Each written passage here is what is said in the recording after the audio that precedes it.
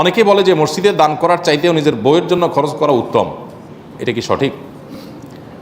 এই মর্মে একটা হাদিস আছে, ওই হাদিস থেকে সম্ভবত এই ধারণা তৈরি হয়েছে যে তোমার স্ত্রীর জন্য যদি তুমি খাবার কিনো তাহলে সেটা একটা দেরহাম দিয়ে ওই খাবার কেনাটা একটা মসজিদ নির্মাণ বা একটা ভালো কাজ তার চাইতে উত্তম।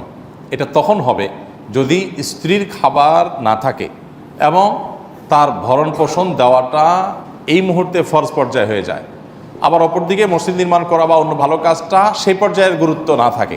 তো এই বিষয়গুলো নির্ভর করে পরিস্থিতির উপর, যে পরিস্থিতিটা কি।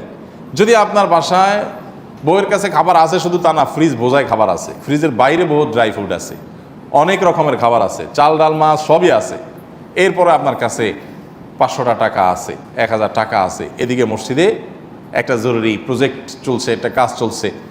এখন এই টাইমে যদি আপনি হাদিস বানান যে ঠিক আছে বউয়ের তো অনেক পদের আইসক্রিম আছে বাট ওই আইসক্রিমটা নাই, তাহলে আমি এই মুহূর্তে বউয়ের জন্য আইসক্রিম কেনাটা মসজিদে টাকা দেওয়া হচ্ছে বেশি সওয়াব হবে, বলেন সুবহানাল্লাহ বলে আইসক্রিম কিনে বাড়ি চলে গেলেন, তাহলে সেটা কি হবে না সঠিক হবে?